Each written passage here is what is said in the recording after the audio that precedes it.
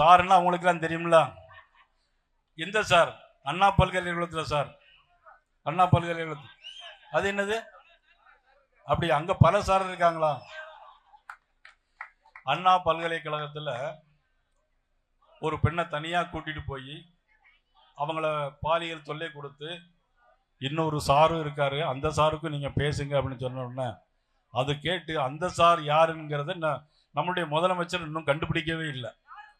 அது அந்த சார் யார்? அந்த சார் அந்த சாரை கண்டுபிடிக்க முடியல.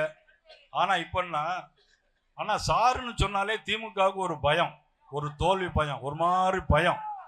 ஒரு படத்துல சொல்லுவாங்கல்ல, பேரை சொன்னா அதிருது இல்ல அப்படின்னு சொல்லுவாங்கல்ல, அது மாதிரி இந்த சாருன்னு சொல்லிட்டா இப்பெல்லாம் ஒரு தோல்வி பயத்துல நம்மளுடைய முதலமைச்சர் இன்னைக்கு இருந்துட்டு இருக்கிறார். அவ்வளவு.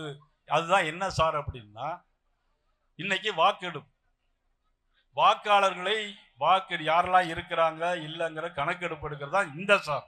நீங்க நினைக்கிற அந்த சார் வேற, இது இந்த சார். அதுல என்னன்னா, நேரு காலத்திலிருந்து 10 முறை காங்கிரஸ் ஆட்சியில் இருக்கும்போது இதை வாக்காளர் கணக்கெடுப்பு எடுத்திருக்கிறார்.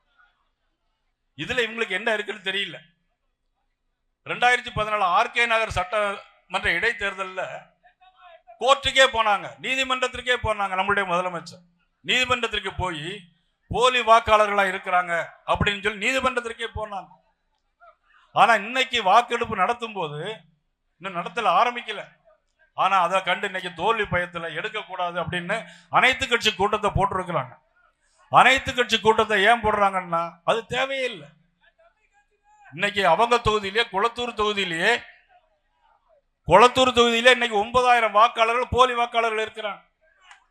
அவங்களை நீக்கிட்டா அங்க குளத்தூர் தொகுதியில முதலமைச்சர் தோத்து போவார். துறைமுகம் தொகுதியில 10,000 15,000 பேர் இருக்கிறாங்க. அதை நீக்கிட்டா சேகர் பாபு அவர்கள் தோத்து போயிருவாங்க. இப்படி கன்னியாகுமரியிலிருந்து கும்மிடிப்பூண்டி வரைக்கும் திமுகவினர் போலி வாக்காளர்களை சேர்த்ததை இன்னைக்கு அவர்கள் கண்டுபிடித்து விடுவார்கள் என்பதற்காகத்தான் இன்னைக்கு பயந்து போய் இருக்கிறார். இவ்வளவு மோசமான சூழ்நிலையில் தான் இன்றைக்கு திராவிட முன்னேற்ற கழகம் பயந்து போயிருக்கிறது.